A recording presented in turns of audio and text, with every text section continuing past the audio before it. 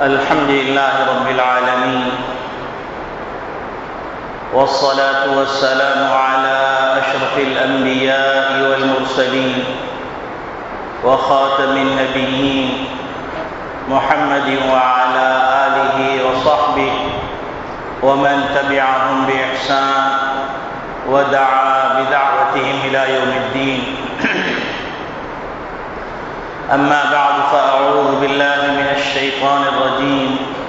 بسم الله الرحمن الرحيم.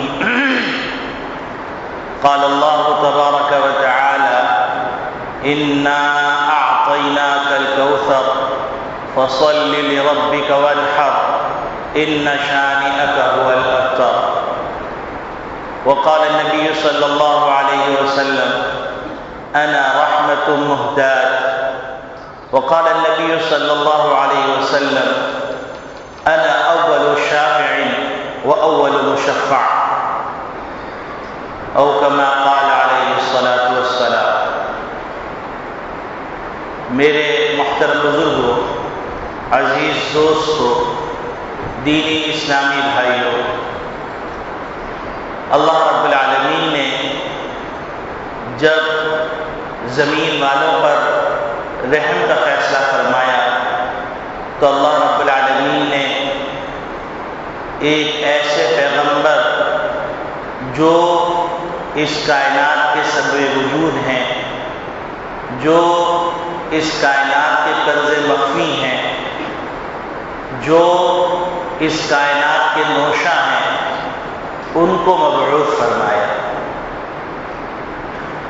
اور آپ صلی اللہ علیہ وسلم کی تشریف آوری سے تمام پچھلے ادیان باطل قرار پائے، منسوخ قرار پڑا. اب راہ ہدایت، راہ نجات وہی قرار پائی جو نبی کریم صلی اللہ علیہ وسلم نے اپنی امت کو سکھلائی. ظاہر سی بات ہے، جب آبے کا آبا بگڑا ہوا ہو اور ہر شخص من موجی زندگی گزار رہا ہو اور ہر شخص اپنے من میں مگن ہو، اپنی دھن گا رہا ہو، تو ایسے وقت کے اندر ایسی صدا جو کئی سو سال سے اجنبی ہو چکی تھی، اس صدا کی پکار جب پکاری گئی تو اپنے پرائے تو پرائے اپنے بھی دشمن ہو گئے.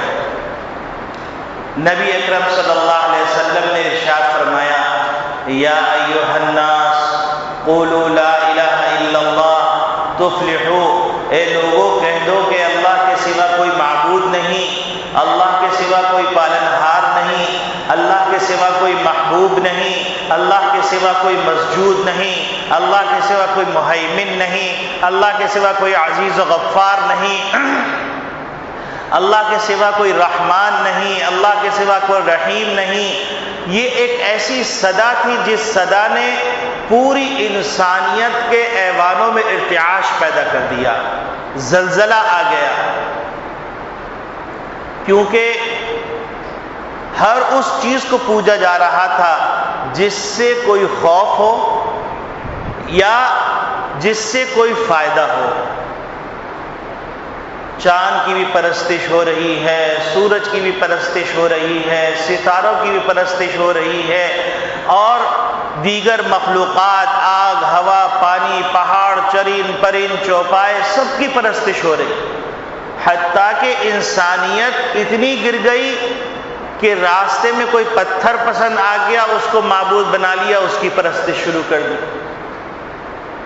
اور آگے بڑھنے کے بعد کوئی اور پتھر پسند آ گیا تو اس پتھر کو پھینک دیا، دوسرے پتھر کو رکھ دیا، اس کی عبادت شروع ہو گئی، اس سے اپنی حاجتیں مانگی جا رہی ہیں. انسانیت ذلت کی انتہا کو پہنچ چکی تھی.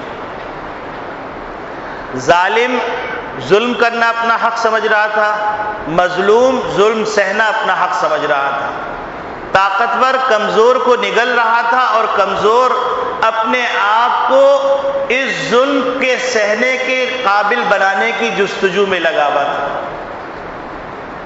لڑکی کی پیدائش موجب ننگ و عار سمجھی جاتی تھی۔ قرآن کریم نے اس کا نقشہ کھینچا ہے، اذا بشر احدهم بالانثى ظل وجهه مسودا وهو كظيم يتوارى من القوم من سوء ما بشر به ايمسكه على هون ام يدسه في التراب، کہ جب کسی کو لڑکی کی پیدائش کی اطلاع دی جاتی تو اس کا چہرہ متغیر ہو جاتا، سیاہ ہو جاتا، اور وہ شخص اپنی قوم سے چھپ کے پھرتا کہ کیسی بری خبر دے دی گئی، اور یہ سوچا کرتا کہ اس ذلت پر اپنی زندگی گزاری جائے یا اس ذلت کا سبب بننے والی چیز یعنی اس بچی کو زندہ درگور کر دیا جائے۔ ایسے عالم کے اندر نبی اکرم صلی اللہ علیہ وسلم نے اپنی دعوت کا آغاز کیا، تو جیسا قاعدہ ہے کہ اس دعوت کے سفر کو روکنے کے لیے مختلف بند باندھے جانے لگے۔ کبھی ظلم و ستم کا سہارا لیا جاتا، کبھی بہتان کا سہارا لیا جاتا، کبھی بدشگونی کا سہارا لیا جاتا، کبھی الزام تراشی کا سہارا لیا جاتا، کبھی دل خراشی کا سہارا لیا جاتا۔ کوئی بھی موقع، کوئی بھی لمحہ، کوئی بھی طریقہ جس سے محمد نبی صلی اللہ علیہ وسلم کو تکلیف پہنچائی جا سکتی ہو اس کو روا رکھا جا رہا، آپ صلی اللہ علیہ وسلم کو تکلیف دی جا رہی ہے۔ میں نے آپ کے سامنے جو سورہ کوثر تلاوت کی ہے، الفاظ کے اعتبار سے بہت مختصر سی سورت، لیکن اس کے اندر نبی اکرم صلی اللہ علیہ وسلم کی عظمت کو بیان فرمایا گیا ہے، اور اس کے ساتھ ساتھ نبی کریم صلی اللہ علیہ وسلم کو دو کام بتلائے گئے ہیں جن کاموں کی طرف امت کو بھی توجہ کرنی ہے۔ نبی اکرم صلی اللہ علیہ وسلم کی شادی حضرت خدیجہ الکبریٰ رضی اللہ تعالیٰ عنہا سے ہوئی، اور نبی اکرم صلی اللہ علیہ وسلم کو اللہ رب العالمین نے 4 صاحبزادیاں عطا فرمائی، ایک زینب، ایک رقیہ، ایک ام کلثوم اور ایک فاطمہ، اور ایک صاحبزادے قاسم عطا کیے گئے۔ عربوں کے اندر یہ بات مشہور تھی کہ جو سردار ہو اس سردار کے ہاں اگر لڑکا پیدا ہو تو اس کی سرداری چلے گی، اور اگر لڑکی پیدا ہو تو کہتے تھے کہ یہ نہیں چل پائے گا۔ تو اللہ رب العالمین کو قیامت تک کے لیے دکھلانا تھا کہ ہمارے نزدیک عورت اور مرد یہ دونوں مقام کے اندر، مقام انسانیت کے اندر برابر ہیں، اور دونوں اس کان خانے کے اہم عنصر ہیں، اور دونوں کا کردار اپنی اپنی جگہ پر ضروری ہے۔ تو اللہ رب العالمین نے 4 صاحبزادیوں کو باقی رکھا، اور جو صاحبزادے قاسم کا وصال ہوا تھا، پیدائش ہوئی تھی تو ان کا چھوٹی عمر میں انتقال ہو گیا، تو اب عرب لوگ خوشیاں منانے لگے۔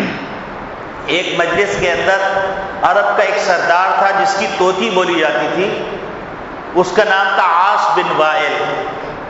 اس نے کہا کہ چلو محمد کے ہاں اب کوئی بیٹا رہا نہیں، اب محمد صلی اللہ علیہ وسلم جو دعوت لے کے آئے ہیں یہ دعوت ختم ہو جائے گی، ان کی نسل ختم ہو جائے گی، ان کا سلسلہ ختم ہو جائے گا، اب ان کا نام لیوا کوئی نہیں ہوگا۔ تو یہ بات مجلس میں کی گئی، اور اس کے بعد پروپیگنڈا شروع کیا گیا کہ دیکھو ابتر آدمی ہے، یہ مقطوع النسل آدمی ہے، ان کی نسل چلنے والی نہیں۔ اس سے تکلیف پہنچائی جا رہی تھی اور ایذا پہنچائی جا رہی تھی۔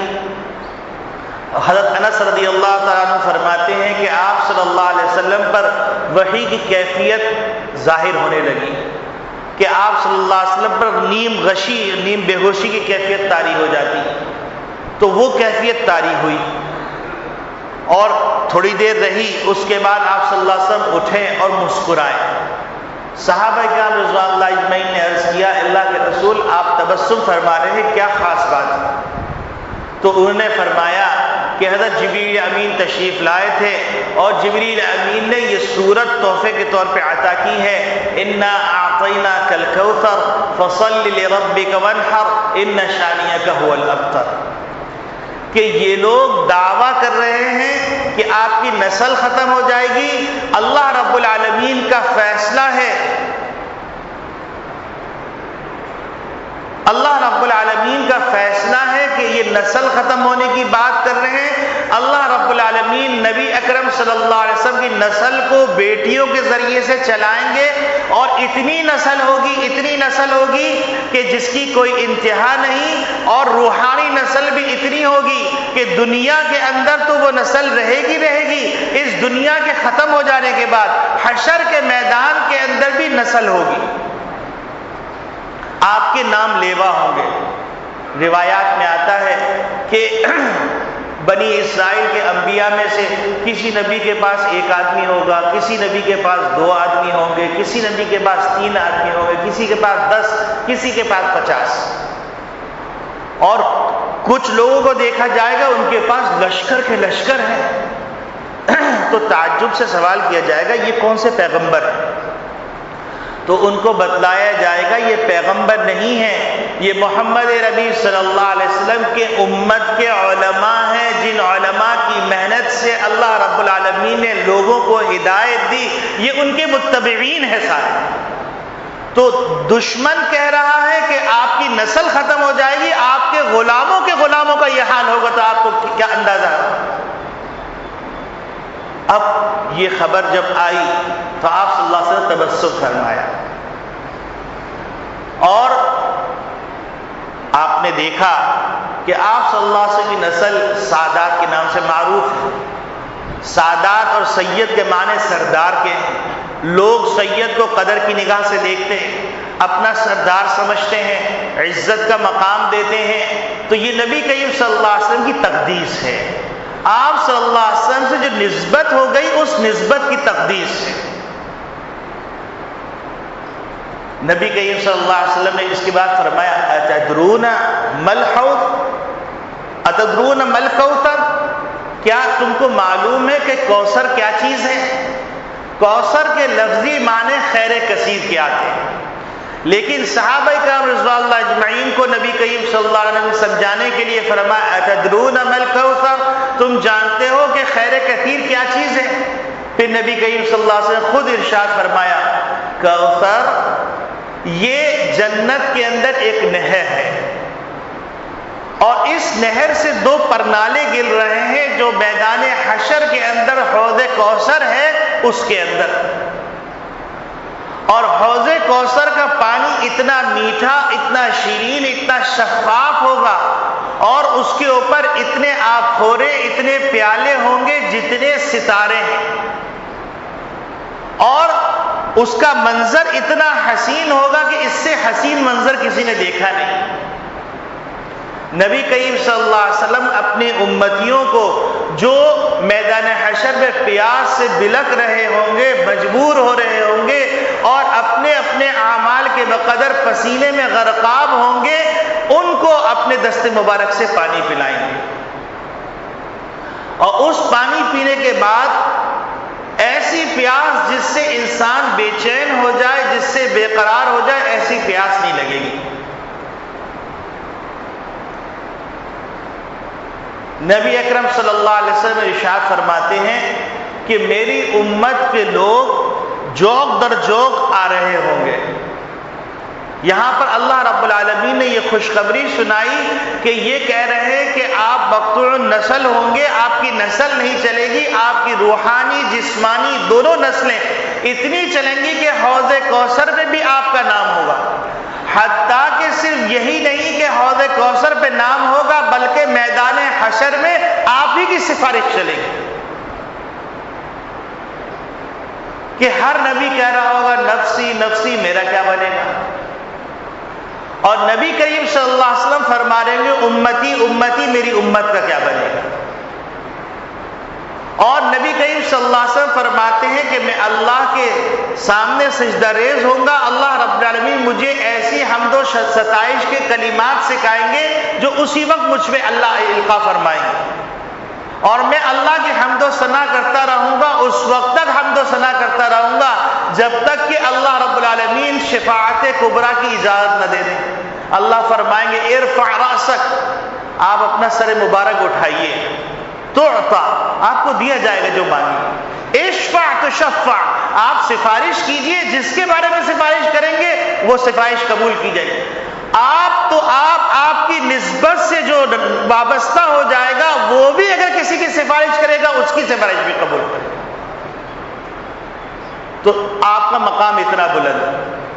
حضرت نبی کریم صلی اللہ علیہ وسلم فرماتے ہیں انا رحمت مہدات، میں اللہ کی طرف سے دیا ہوا تحفہ ہوں، اس دنیا کے لیے باعث رحمت ہوں۔ آج دنیا جو امن سے ہے، اتنے فساد کے باوجود امن سے ہے، یہ نبی کریم صلی اللہ علیہ وسلم کی جوتیوں کا صدقہ ہے۔ نبی اکرم صلی اللہ علیہ وسلم نے فرمایا اول شافع و اول مشفع، کہ میں سب سے پہلے سفارش کرنے والا ہوں گا اور میری سفارش سب سے پہلے قبول کی جائے گی۔ اور نبی اکرم صلی اللہ علیہ وسلم فرماتے ہیں آدم و من بعدہ تحت لوائی، لواء الحمد میرے ہاتھ میں ہوگا، اور آدم علیہ السلام سے لے کے آخری امتی تک، آخری انسان تک سب میرے پرچم تلے ہوں گے۔ اللہ نے اتنا بلند مقام عطا کر دیا۔ تو انا اعطیناک الکوثر، آپ کو کوثر، حوض کوثر، نہر کوثر عطا فرمائی گئی ہے تاکہ آپ اپنی امت کی پیاس بجھائیں، اور تاکہ آپ کے اوپر جو انعامات کیے گئے ہیں ان انعامات کو انسان اپنی آنکھوں سے دیکھ لے کہ آپ صلی اللہ علیہ وسلم کو ابتر کہا جا رہا ہے، آپ صلی اللہ علیہ وسلم اقطع کہا جا رہا ہے، مقطوع النسل کہا جا رہا ہے۔ یہ نسل تو قیامت تک، قیامت کے بعد بھی چلے گی۔ نبی کریم صلی اللہ علیہ وسلم فرماتے ہیں پھر اس کے بعد ایک لشکر آئے گا، لشکر آئے گا تو اس لشکر کو فرشتے دھتکاریں گے، اخسو، دفع ہو جاؤ، یہاں سے چلے جاؤ۔ تو وہ کہیں گے ہم محمد صلی اللہ علیہ وسلم کی امتی ہیں۔ نبی کریم صلی اللہ علیہ وسلم فرمائیں گے کہ یقیناً یہ میرے امتی ہیں، ان کو کیوں روکا جا رہا ہے؟ تو حدیث میں آتا ہے فرشتے کہیں گے، حضرت جبریل امین فرمائیں گے انک لا تدری ما احدث بعدک، آپ کو معلوم نہیں ہے اللہ کے رسول آپ کے بعد انہوں نے کیا کیا حرکتیں کی، منافق ہو گئے، مرتد ہو گئے، بدعات خرافات میں مبتلا ہو گئے، دین میں تحریف کر لی، تحریف لفظی کر لی یا تحریف معنوی کر لی، اپنے طور پر دین گڑھ لیا، یہ ساری صورتیں اس کے اندر داخل ہیں۔ تو لہذا ان کو آپ کی امت سے کاٹ ڈالا گیا ہے۔ تو علماء اکرام کہتے ہیں کہ ہر وقت اللہ رب العالمین سے دعا کرنی چاہیے کہ اللہ رب العالمین ہم کو بدعات خرافات سے محفوظ فرمائے، ہر اس عمل سے محفوظ فرمائے جو عمل ہم کو حوض کوثر سے روک دے۔ سوچئے کہ آپ صلی اللہ علیہ وسلم رحمت للعالمین ہیں، اپنی امت کے لیے بے قرار ہیں، اور امتی پانی پینے آ رہے ہیں، ان کو روکا جا رہا ہے۔ اور کس لیے روکا جا رہا ہے؟ اس لیے روکا جا رہا ہے کہ انہوں نے محمد صلی اللہ علیہ وسلم کا طریقہ چھوڑ دیا۔ اب یہ مقام عبرت ہے، مقام عبرت ہے کہ ہم کو سوچنا چاہیے کہ ہم نے لباس میں، کردار میں، گفتار میں، اخلاق میں، معاشرت میں، تمدن میں، معاملات میں، اخلاق میں، عبادات میں، عقائد کے اندر نبی کے طریقے کو کہیں فراموش تو نہیں کر دیا؟ کہیں ہمارا رشتہ نبی کریم صلی اللہ علیہ وسلم کمزور تو نہیں ہو گیا؟ تو میرے عزیز دوستو بھائیو، اللہ رب العالمین نے رجب کا مہینہ عطا کیا اور نبی کریم صلی اللہ علیہ وسلم کو متوجہ کیا کہ آپ یوں دعا کریں کہ اللہم بارک لنا فی رجب و شعبان و بلغنا رمضان۔ ایک بہار کا موسم آ رہا ہے جس میں ہر چیز نیلامی ریٹ پہ ملے گی، نفل پر فرض کا ثواب، فرض پر 70 فرائض کا ثواب، اس کے لیے اپنی امت کو تیار کر لیجیے۔ تو میرے عزیز دوستو بھائیو، ابھی رجب کا مہینہ تھوڑا سا باقی رہ گیا ہے، ہم تھوڑا بریک لگا لیں اور ہر وہ کام جو ہمیں حوض کوثر پر جانے سے روکے گا اس کام کا احتساب کر لیں۔ ریاکاری، دغا بازی، ملمہ سازی، چاپلوسی، یہ ساری نفاق کی صفات ہیں۔ اذا حدث کذب، جب بات کرے جھوٹ بولے، نفاق کی نشانی ہے۔ اذا وعد اخلف، وعدہ کرے وعدہ خلافی کرے، نفاق کی نشانی ہے۔ وَإِذَا اؤْتُمِنَ خَانَ، جب امانت رکھوائی جائے خیانت کرے، یہ نفاق کی نشانی ہے۔ وَإِذَا خَاصَمَ فَجَرَ، جب لڑائی جھگڑا ہو تو گالیاں دے، نفاق کی نشانی ہے۔ نبی کریم صلی اللہ علیہ وسلم ساری باتیں کھول کھول کے بیان کر دی۔ اب اِنَّكَ لَا تَدْرِي مَا أَحْدَثُوا بَعْدَكَ، آپ کو نہیں معلوم اللہ کے رسول آپ کے بعد ان لوگوں نے کیا کیا خرافات کیے ہیں، تو ان خرافات میں بے حیائی بھی آ گئی، کیونکہ نبی کریم صلی اللہ علیہ وسلم فرماتے الحیاء شعبۃ من الایمان، حیا ایک عظیم شعبہ ہے ایمانیات، جس میں ایمان اس میں حیا، جس میں حیا اس میں ایمان۔ اگر حیا ہے ایمان نہیں ہے، ایسا نہیں ہو سکتا، ایمان ہے حیا ضروری۔ اور حیا کا تعلق انسان کے معاملات سے بھی ہے، انسان کے اخلاق سے بھی ہے، انسان کی معاشرت سے بھی، انسان کے عبادات سے، اللہ سے حیا، اللہ کے سامنے پیش ہونے کا حیا کہ کس منہ سے پیش ہوں گے۔ نبی اکرم صلی اللہ علیہ وسلم نے روزہ اقدس پر حاضری کے موقع پر حیا کہ ہم کیا کر کے آقا کے سامنے آئے، آقا ہمارے لیے کیا کرتے رہے اور ہم کیا کر کے آئے، یہ ہے حیا۔ اِنَّكَ لَا تَدْرِي مَا أَحْدَثُوا بَعْدَكَ، یہ بھی اس میں آ جائے گا۔ ننگی فلمیں دیکھنا اور رمضان مبارک کے استقبال کے لیے ایسے پروگرام ڈیزائن کرنا جس کے اندر روزہ ہلکا ہو جائے، کہ فلمیں دیکھیں گے، پرانے گانے جمع کر رہے ہیں کہ وہ گانے سنیں گے، وقت کافی ہوتا ہے۔ یا پاکستان کے اندر رمضان محسوس ہوتا ہے، خصوصاً کراچی میں رمضان محسوس ہوتا ہے، تو لہذا ہم باہر ملک چلے جائیں گے، وہاں پر ننگے دڑنگے لوگ ساحلوں پہ پڑے ہوئے، وہاں پر ہم ساحلوں پہ چہل قدمی کریں گے، آنکھوں کو سینکیں گے۔ یا ٹورنامنٹ کریں گے کہ پوری رات جو برسات، رحمت کی برسات کی رات ہے، اس رحمت کی برسات کی رات میں چوری کی بجلی لے کر پورے محلے والوں کو بھی تنگ کریں گے اور خود بھی تنگ ہوں گے۔ ٹورنامنٹ ہو رہے ہیں بھائی، رمضان کا استقبال ہو رہا ہے نا۔ اِنَّكَ لَا تَدْرِي مَا أَحْدَثُوا بَعْدَكَ، یہ بھی داخل۔ نمازیں فوت ہو رہی ہیں، یہ بھی داخل۔ حرام کھایا جا رہا ہے، یہ بھی داخل۔ حرام کا کاروبار کیا جا رہا ہے، یہ بھی داخل کی۔ حرام کے معاملات کیے جا رہے ہیں، یہ بھی داخل۔ حرام کی معاشرت ہے، یہ بھی داخل۔ تو ہم اپنا احتساب کریں، ایک چٹھا تیار کریں، اور چٹھا تیار کرنے کے بعد ریڈ پین سے، یعنی ریڈ زون ہے، یہ ریڈ پین سے لکھیں کہ ہمارے اندر یہ خرابیاں ہیں، اور یہ خرابیاں ہمارے دو دشمن ہیں، ایک دشمن شیطان ہے، ایک دشمن نفس ہے۔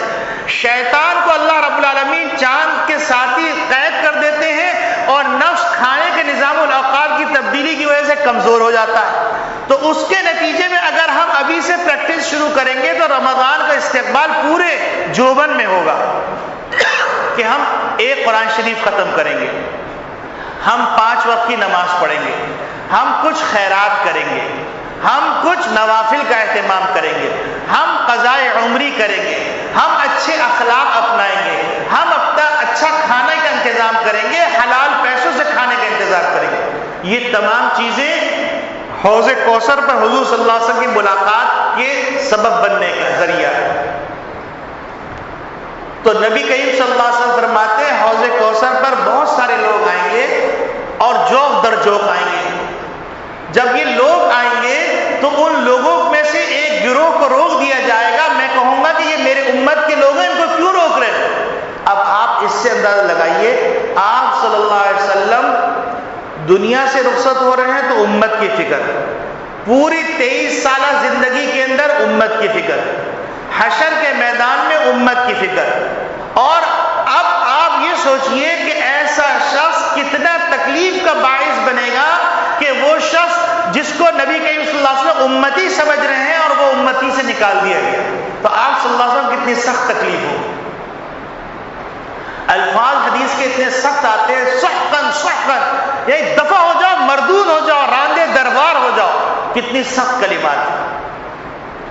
تو میرے عزیز دوستو بھائیو، حوض کوثر اللہ رب العالمین نے نبی کریم صلی اللہ علیہ وسلم کو میدان حشر میں عطا کیا، اور اس میں اشارہ ہے اس بات کی طرف کہ آپ صلی اللہ علیہ وسلم کا نام دنیا میں بھی باقی رہے گا، قبر میں بھی باقی رہے گا، کہ جب انسان انتقال کرتا ہے 3 سوالات کیے جاتے ہیں، ان میں سے ایک ہے کہ آپ اس شخص کے بارے میں کیا کہتے ہیں، آپ صلی اللہ علیہ وسلم کا چہرہ دکھایا جائے گا۔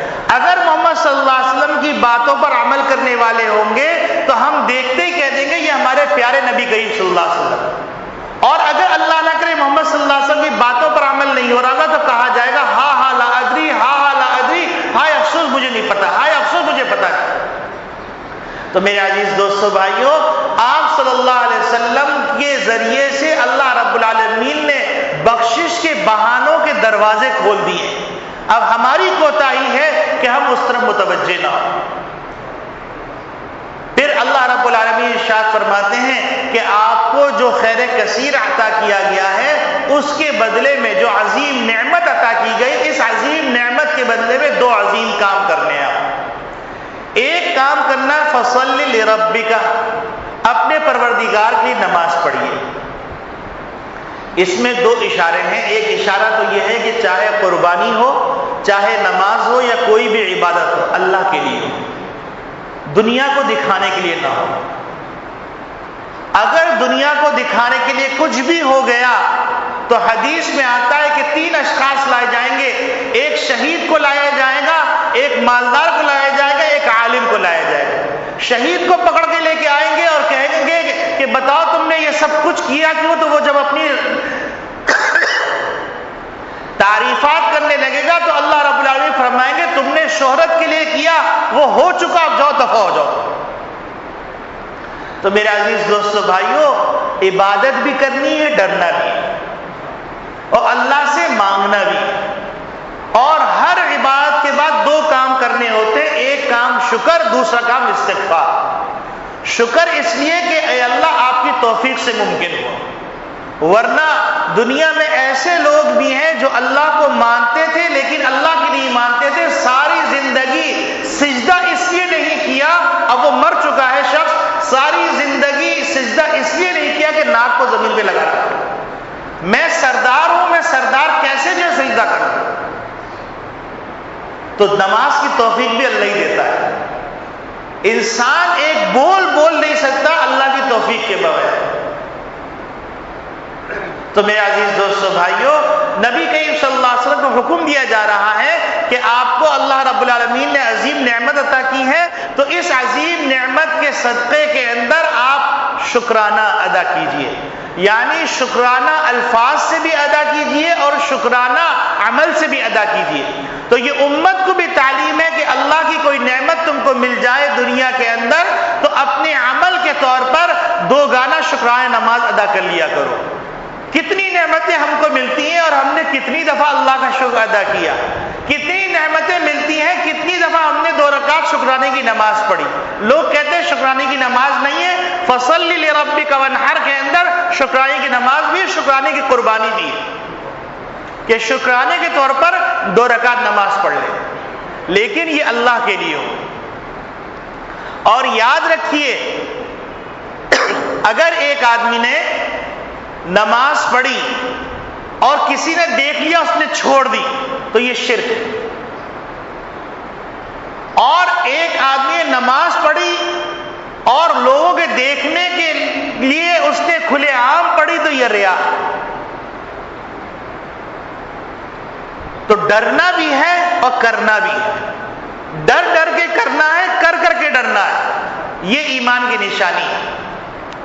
تو اللہ رب العالمین فرما رہے ہیں فصلی لربک وانحر، آپ جو ہے اپنے پروردگار کے لیے 2 گانا شکرانہ نماز ادا کیجیے، آپ اپنے کام میں لگے رہیے، وانحر اور قربانی کیجیے۔ اب قربانی کے اعتبار سے اصل میں عربوں کے ہاں دستور یہ تھا کہ وہ لات، منات، عزا اور مختلف قسم کے لوگوں کے ساتھ قربانیاں کیا کرتے تھے، ان کے نام پر قربانیاں کیا کرتے تھے۔ تو اللہ رب العالمین نے حکم فرمایا وانحر، آپ قربانی کی اصل شکل، اصل روح اس امت کو دکھلا دیجئے کہ قربانی کیسے کرنی۔ ان صلاتی و نسکی و محیای و مماتی للہ رب العالمین، میرا نماز پڑھنا، میرا قربانی کرنا، ان صلاتی و نسکی و محیای و مماتی، میرا جینا، میرا مرنا سب اللہ کے لیے۔ تو جب قربانی کا موقع آئے تو قربانی کرتے وقت آپ بے شک اچھے سے اچھا جانور قربان کیجئے، لیکن جہاں آپ کے دل میں آ گیا کہ لوگ مجھے کہیں گے کتنے بڑے سیٹ صاحب ہیں جو اتنی بڑی قربانی کر رہے ہیں، وہاں برباد ہو گیا۔ دنیا کی تعریف دنیا میں مٹی ہو جائے گی، اور دنیا کا حال تو یہ ہے کہ آپ سامنے ہیں تو تعریف، آپ پیچھے چلے گئے تو آپ کو کوئی پوچھتا بھی نہیں، بیٹا باپ کو نہیں پوچھتا، مر گیا سالہ میراث تقسیم ہو گئی، اب جائے بھاڑ میں۔ بدقسمتی کی انتہا، شیطان کا دھوکہ۔ تو جو کام بھی کیجئے اللہ کے لیے کیجئے۔ فَصَلِّ لِرَبِّكَ وَانْحَرْ، آپ نماز پڑھیے، آپ قربانی کیجئے، آپ اپنے کام میں لگے رہیے، ان نالائقوں کو بکنے دیجئے۔ ان شانیہ کا هو الابتر، آپ کا جو دشمن ہے وہ خود مقطوع نسل ہو جائے گا۔ اب آپ دیکھیے اللہ رب العالمین نے یہ خوشخبری سنائی کہ آپ کا دشمن خود مقطوع نسل ہو جائے گا۔ عاص بن وائل بہت بڑا سردار تھا اور اس کا طوطی بولا کرتا تھا۔ جب اس نے یہ بات کہی تو اس بات کے کہنے کے بعد اللہ رب العالمین نے اس کی نسل کو ختم کر دیا۔ اور صرف یہی نہیں بلکہ عاص بن وائل کا نام اگر نبی کریم صلی اللہ علیہ وسلم کی حدیث میں نہ آتا تو کوئی نام بھی اس کو نہیں جانتا، اور آج ہم محمد نبی صلی اللہ علیہ وسلم کی طرف نسبت کرنا بھی فخر سمجھ رہے ہیں۔ تو اللہ رب العالمین نے عملی طور پہ دکھا دیا اور دنیا کو بتلا دیا کہ اے انسانوں، ہم جو کہتے ہیں وہ کرتے ہیں، جو تم کرتے ہو وہ کہتے نہیں، جو کہتے ہو وہ کرتے ہیں۔ آج ہمارا حال یہ ہو گیا کہ ہم اللہ کو تو مانتے ہیں لیکن اللہ کی نہیں مانتے۔ ان شانیہ کا هو الابتر، کہ آپ کا دشمن مقطوع نسل ہوگا، آپ کا دشمن بالکل کسی کام کا نہیں ہوگا، کسی قابل نہیں ہوگا۔ تو میرے عزیز دوستو، بھائیوں، مسلمانوں، اللہ رب العالمین نے جو کہا وہ کر کے دکھلا دیا۔ تو اب ہم کو اس آیت سے کیا سیکھنا ہے؟ ہم کو اس آیت سے ایک بات یہ سیکھنی ہے کہ ہمیں حوض کوثر کی تیاری کرنی، پہلی بات، اور حوض کوثر کے قابل ہو جائیں اس کی تیاری کرنی۔ اور ابھی موسم ہے، موسم بہار آ رہا ہے رمضان مبارک کی شکل کے اندر، اور فَصَلِّ لِرَبِّكَ وَانْحَرْ، شکرانے کے طور پر نماز پڑھے جو بھی نعمت حاصل ہوئی۔ اور اگر نعمتوں کا اندازہ کرنا ہے تو اس اندازے کو آپ اس طرح اس پیمانے پہ تول سکتے ہیں کہ آپ جائیے اور جانے کے بعد صومالیہ کے لوگوں کو دیکھیے، آپ مصیبت زدہ علاقوں میں جائیے جہاں پر جنگ و فساد ہے، ان علاقوں کے لوگوں کو دیکھیے، اور پھر اللہ رب العالمین نے جو نعمت پاکستانیوں کو عطا کی ہے اس کو دیکھیے، اور ان لوگوں دیکھیے جو 50,000 افراد، ایک سروے کے مطابق 50,000 افراد آج کے زمانے میں بھی کراچی میں بھوکا سوتا ہے، اور ہمارے پاس دسترخوان کے اوپر کتنے انواع اقسام کی چیزیں ہوتی ہیں اور کتنی ناشکری ہوتی ہیں۔ تو اس آیت کے ذریعے سے ہم کو ترغیب دی گئی کہ شکر گزار بندے بنو۔ تمہارے نبی شکر گزار تھے، تمہارے نبی کے صحابہ شکر گزار تھے، صحابہ کے تابعین شکر گزار تھے، تابعین کے تبع تابعین شکر گزار تھے، تم ایسے ناشکرے کیوں ہو گئے؟ فَصَلِّ لِرَبِّكَ وَانْحَرْ، اللہ کے لیے کرو جو کچھ کرنا ہے، دنیا کو دکھانے کے لیے کچھ نہ کرو۔ دنیا ختم ہو جائے گی، فانی ہے، اس کو بقا حاصل نہیں، اس کی تعریف کو بقا حاصل نہیں، اس کی خوشیوں کو بقا حاصل نہیں، اس کی عزت کو بقا حاصل نہیں، اس کی ذلت کو بقا حاصل نہیں۔